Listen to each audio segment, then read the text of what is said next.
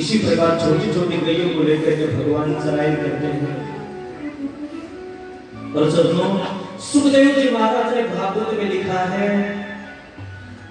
कि गौ माँ का चराई किया तो भगवान ने नंगे पांव किया था। कैसे किया? नंगे पांव। क्यों? क्योंकि भगवान कहते हैं कि अगर मेरी गौ माँ के पैरों में चप्पल खड़ाऊ नहीं है तो तब तक मैं अपने चरणों के अंदर चप्पल या खड़ाऊ नहीं पहनूंगा, जब तक मेरी गौ माँ के पैरों में कोई चप्पल या खड़ाऊ नहीं होगी। और एक बात बताऊं, भगवान कृष्ण ने गौ माता का चराई क्यों किया? क्या भगवान के घर में कमी थी? 9 लाख धेनु थी नंद बाबा के घर में। कितनी धेनु थी? 9 लाख का। और भगवान कृष्ण एक ग्वाला बन करके गौ माता का चराई करता है। कितनी बड़ी बात है। आज सदनों जे चौधरी अमर सिंह चौटाला को बेटो बात चलाओ तो कितनी शर्म की बात है कि पवित्र हरियाणा का मंत्री है। नंद बाबा थे ना, इस भारत देश के राजा थे, और उस राजा के बेटे ने गौ माता का चरण किया कृष्ण भगवान ने। क्यों? क्योंकि भगवान कृष्ण को पता था कि इस जीवन में तेरा उद्धार करने वाला कोई नहीं, एक गौ मां है। कौन है? एक साधे सब सदे, एक की पूजा करने से सभी प्रश्न हो जाए, ऐसा देवता है कौन? एक मेरी गौ मां। आज राम के मंदिर में जाओगे तो राम मिलेंगे, कृष्ण के मंदिर में जाओगे तो कृष्ण मिलेंगे, हनुमान जी महाराज के मंदिर में जाओगे तो हनुमान जी महाराज मिलेंगे, देवी मैया के मंदिर में जाओगे तो देवी मैया मिलेंगे, रामदेव जी के मंदिर में जाओगे तो रामदेव जी मिलेंगे। पर गौ मां की सेवा करोगे तो गौ माता के अंदर 33 करोड़ देवी देवताओं का वास है। कितने देवी देवताओं का? कितने देवी देवताओं का? जब एक गौ मां की आप सवामणी करते हो ना तो 33 करोड़ देवी देवताओं को भोग लगता है। 1 रुपया गौ माता के निमित्त जो हर रोजाना देता है ना, वो 33 करोड़ देवी देवताओं के निमित्त भोजन देता है। एक गौ मां का कोई सेट बना देते हो ना तो 33 करोड़ देवी देवताओं का मंदिर बन जाता है। और एक गौ मां की सेवा करने से 33 करोड़ देवी देवताओं की सेवा होती है।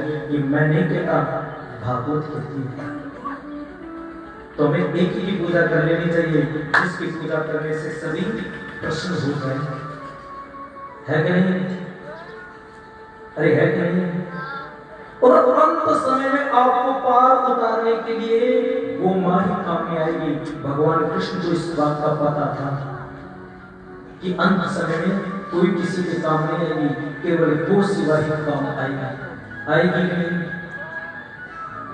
आपके दादाजी दादी जी बुजुर्ग लोग जब चले जाते हैं तो उनके पीछे बच्चे खड़ी करते हैं पार्टियों बड़ी बड़ी करो, क्या नहीं करो बच्ची आपको खड़ी लिए करो, खड़े कर ले करो, बच्ची क्या नहीं हो फिर। हम गौ मां के पूंछ को पकड़ करके घूमते पर हमें पता नहीं क्यों पूंछ पकड़ाया जाता है, गौ मां को क्यों खड़ा किया है, क्यों किया है। सज्जनों, किसी भी ब्राह्मण देवता को पंडित जी को देख लेना, एक नदी बनाते हैं, उसके ऊपर गौ मां को खड़ी करते हैं और उसके बाद में वो गौ मां का पूंछ पकड़वा करके और परिक्रमा लगाते हैं उस नदी के अंदर से। कारण क्या है? कारण यही है कि हम गौ मां के पूंछ को पकड़ करके और अपने जीव का उद्धार कर सकते हैं। कि हमें पार उतारने के लिए एक गौ मां है, जो हम यहाँ से चले जाएंगे तो परलोक में आगे गौ मां काम आएगी नहीं। तो इसलिए हमें गौ मां की सेवा करनी चाहिए कि नहीं? अरे जिस 3 लोक के स्वामी को भगवान कृष्ण को भी गौ मां की सेवा करनी पड़ी, तो आप लोगों की और मेरे को औकात क्या है? ना करो गौ मां की सेवा, नरक में जाओगे, सीधे नरक में। उस 3 लोक के स्वामी भगवान कृष्ण को भी गोमां की सेवा करनी पड़ी तो सज्जनों आप लोगों की और मेरी औकात नहीं, हमें भी गोमां की सेवा करनी पड़ेगी। और गोमां की सेवा करेंगे तो हमारा उद्धार हो जाएगा। अगर गोमां की सेवा हम नहीं करेंगे तो हमें नरक मिलेगा, हमें बचाने वाला कोई नहीं। एक कवि ने बड़ी सुंदर एक रचना के द्वारा एक बात लिखी, क्या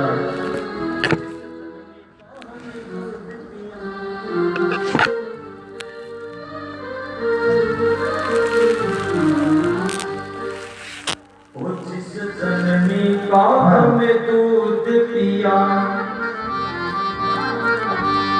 वो दूध लजाइयो ना, वो दूध लजाइयो ना, है सबसे बड़ी गो माता, दिल इसका दुखाइयो ना। जिस जननी का हमने दूध पिया, जिस माँ का दूध पिया ना, उस दूध को कभी मत रजाना। सही बात है ना? रजाने का अर्थ क्या है? उस दूध को कभी गाली मत दिलवा देना। इसी रांड का छोरा इसी नाम का दियो विमाना रांड बना दियो कदे भी जबकि अपना जन्म दियो है, आपकी छाती में निचोड़ करके दूध नहीं आपको खून दे दे, बे माँ को सिर ऊंचो कर दो, बे माँ ने जीव को हक दे दो, बे माँ को नाम रोशन कर दो, बे बेटा और सदनों की के भी दूध जगह गलियां बेटा है, बेटा नहीं बे तुमको पूत है। वाह, जन्म तो ले लियो पर कट है पर वो पूत नहीं। ओ जिस जननी का हमें दूध पिया, जिस जननी का हमें दूध पिया, वो दूध लजाइयो ना, वो दूध लजाइयो ना, है सबसे बड़ी गो माता, दिल किसका दुखाइयो ना, है सबसे बड़ी गो माता, दिल किसका दुखाइयो।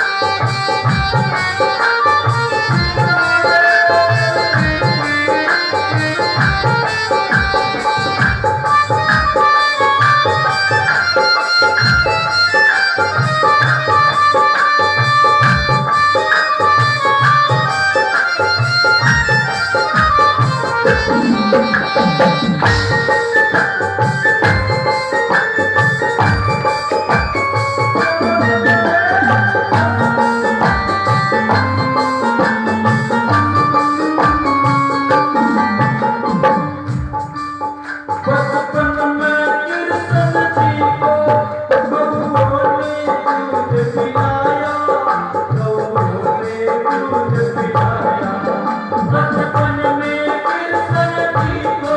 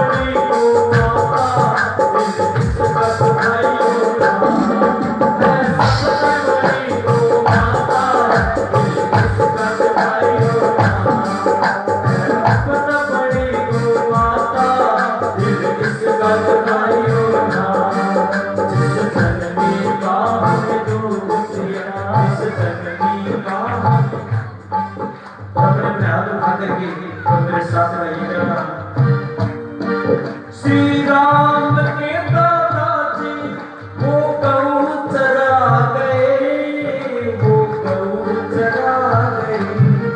श्री राम वो गऊ, वो गऊ उन गऊओं की कृपा से वो भी नाम कमा गए, वो नाम कमा गए। उन गऊओं की कृपा से वो भी नाम कमा।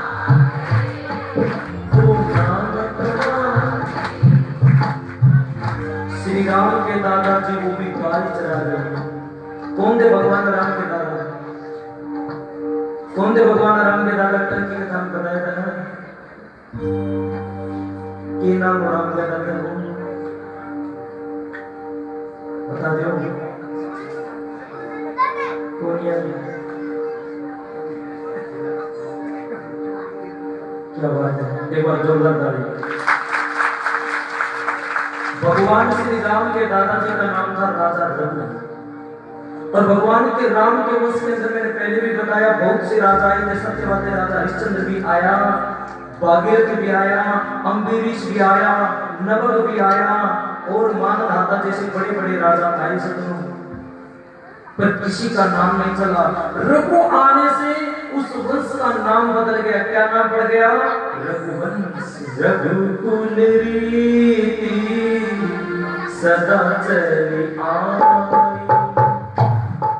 बदल गया नहीं नाम? क्यों बदल गया?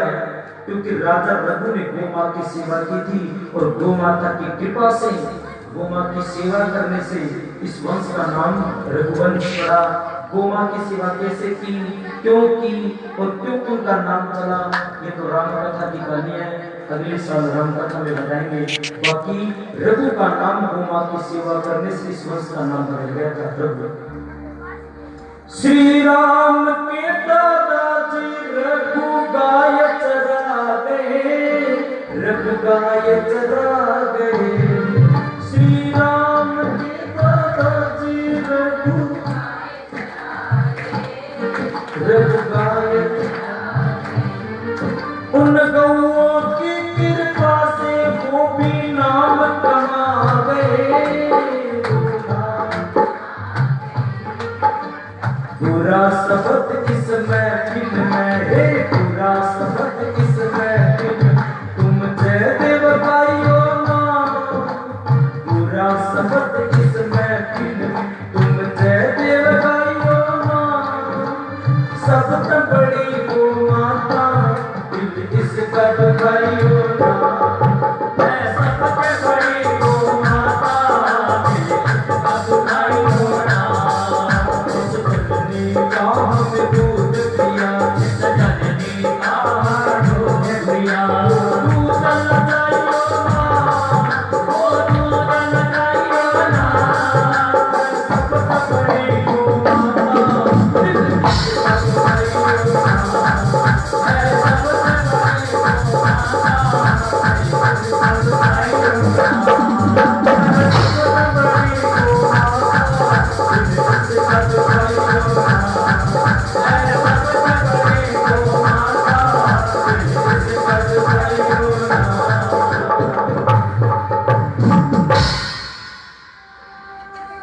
सजनों, भगवान कृष्ण को पता था कि गौ माता के बिना इस संसार के अंदर को पार करने वाला कोई नहीं है। इसलिए भगवान कृष्ण ने गौ मां की सेवा की है और गौ माता के अंदर 33 करोड़ देवी देवताओं का वास है। गौ मां के पास में खड़े होकर के आप गौ सेवा करते हो, उसका फल ब्रह्मा जी भी नहीं बता सकते, इतना फल है। अब कई पंडित जी महाराज कहते हैं तेरे शनि की दशा है, मंगल के, बुध के, बृहस्पति के, गौ माता के अंदर 9 ग्रह बैठे हैं। गौ मां की आंखों के अंदर सूर्य और चंद्रमा है। सूर्य की और चंद्रमा की दशा हो, हर प्रतिदिन उठ करके गौ मां की आंखों के दर्शन करो, आपके सूर्य और चंद्रमा दोनों शांत होंगे। गौ मां की पीठ के ऊपर बृहस्पति का वास है। अगर बृहस्पति की दशा चलती है तो गौ मां की पीठ के ऊपर हाथ फेरे, आपका बृहस्पति शांत होगा। गौ मां के दूध में शुक्र का निवास है। शुक्र की अगर दशा चल रही है तो गौ मां का दूध पीना शुरू कर दो, आपकी शुक्र शांत हो जाएगा। गौ मां के गले के अंदर, कंठ के अंदर शनि का वास है। अगर किसी के ऊपर शनि की दशा है तो गौ मां के कंठ के ऊपर हाथ फेरिए, गौ मां को चरायन कीजिए, आपका शनि शांत होगा। पैरों के अंदर राहु और केतु दोनों बैठे रहते हैं। अगर किसी के ऊपर राहु और केतु की दशा हो तो गौ मां के पैरों के ऊपर हाथ फेरें, आपके राहु केतु शांत होंगे। गौ मां की पूंछ के अंदर हनुमान जी महाराज का वास है। बालक को कितनी बड़ी नजर लगी हो, गौ मां का पूंछ 7 बार उसके ऊपर घुमा दीजिए, नजर नहीं रहेगी। गौ मां के गौमूत्र में गंगा का वास है। अगर आप अपने घर को पवित्र करना चाहते हो तो गौ माता के गौमूत्र को सारे घर में छिड़का लगाइए, आपके घर में गंगा का वास होगा। तन को पवित्र करना चाहते हो, गौमूत्र पी लीजिए। गाय के गोबर में लक्ष्मी का वास है। आप अपने घर के अंदर आंगन के बीच में हर रोजाना गौ मां के गोबर का चौका लगाना शुरू कर दीजिए, आपके घर में लक्ष्मी रहेगी, कभी जाएगी, गारंटी। गौ मां के रोम रोम में देवी देवता बैठे होते भैया, और आप एक गौ मां को लाठी मारते हो ना तो 33 करोड़ देवी देवताओं को लाठी मार रहे हो। और जो गौ मां के कान देने वाले के बीच में विघ्न पैदा करते हैं वो सजनों इतने बड़े घोर नरक के अंदर जाएंगे, उनको तो मैं बता ही नहीं सकता क्या मिलेगा। गौ मां की सेवा करनी चाहिए, अगर ना कर सके तो सेवा करने वाले के बीच में विघ्न नहीं करना चाहिए कभी भी। आप गौ माता की सेवा में काम लड़ाते हो, एक तो इया हो गया, एक तो बिया हो गया, एक तो गौशाला में खा गया, तो धरो के लिए आपका कर्म क्या है? आपका कर्म क्या है? सेवा करना। आप सेवा कीजिए, क्यों किसी की चुगली निंदा कर रहे हो? और मैं तो आपको सबसे बड़ा मूर्ख मानता हूं सज्जनों, घर की रोटी खा करके लोगों की चुगली निंदा करते हो। अरे घर की रोटी खा के घर की चुगली करते हो, तो लोग रोटी के खाए वहां चुगली करो, बेटी दे को। भगवान कृष्ण को गौ मां की सेवा करनी पड़ी तो करनी हमें भी पड़ेगी। कौन कौन करेगा गौ मां की सेवा? हाथ उठा के बताइए। अच्छा अभी हाथ नीचे है, पूरे हाथ खड़े करके बताइए जो गौ मां की सेवा करेंगे कभी गौ मां के बीच में विघ्न पैदा नहीं करेंगे। केवल जी राम जी आरती करवा के तक दीजिए पूरे पूरे हाथ। बोले गौ माता की। गौ मां के मंदिर को सोने का बनाना है। आइए एक लाइन गुनगुनाते हैं, सभी अपने हाथ उठा कर मीठी मीठी ताली बजा करके कोई भजन को गाएंगे। और लोग तो कहेंगे अच्छा को नहीं अपा बढ़ानी है सोते हैं। कौन बढ़ाना तैयार है? गौ मां का मंदिर सोना बढ़ाना। जोरदार ताली बजा करके। गौ मां के मंदिर को सोने का बनाना है।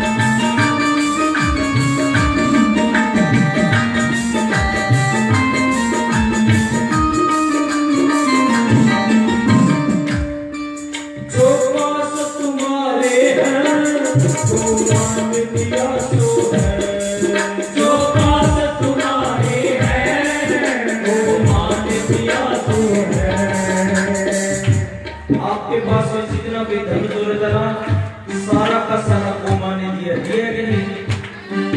बताओ कैसे दिया है? जिस धरती से आप अनाज पैदा करते हो ना, ये धरती गौ मां के सींगों पर खड़ी है। किसके ऊपर खड़ी है? आपके बाप ने और मेरे बाप ने नीचे कोई लेंटर नहीं लगा रखा, कहीं कोई फिरते हो, ठीक है ना? ये धरती किसके सिर पर खड़ी है? तो ये आपके पास में जितना धन है किसने दिया है? उठाइए अपने हाथों को। जो पास तुम्हारे हैं वो मैंने दिया सो है। जो पास तुम्हारे हैं वो मैंने दिया सो है।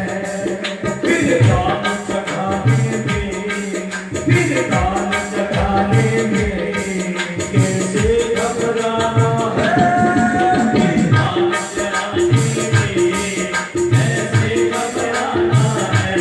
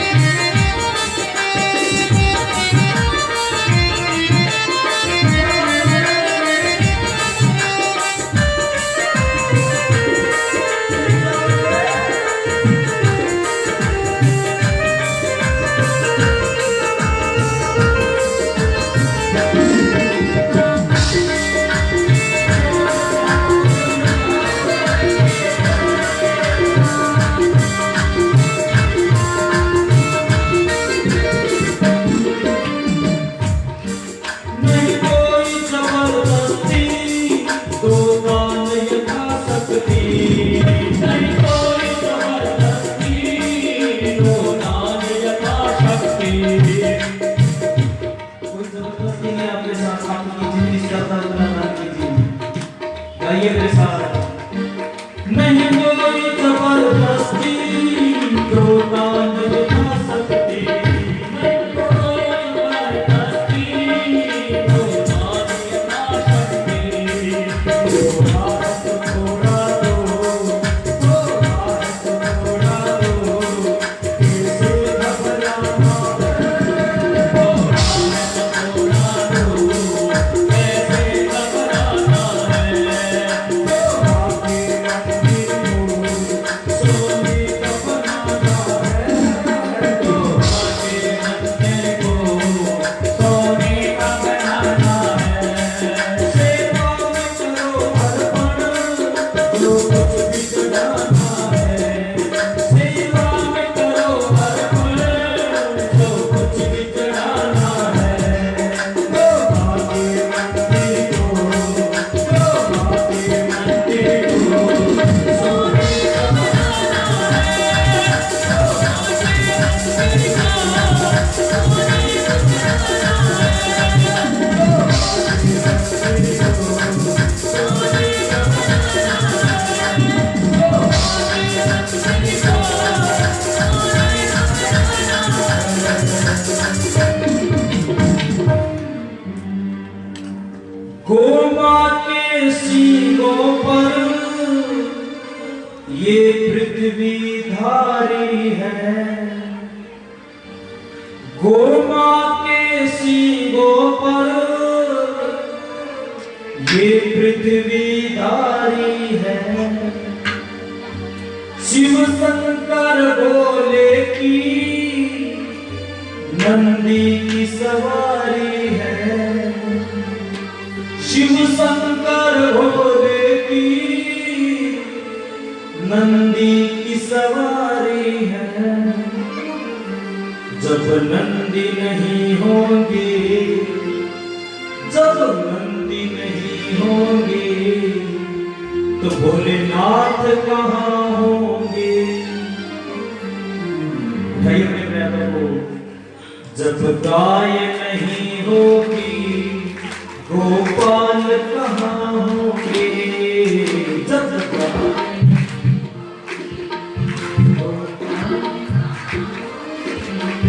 गोपाल कहाँ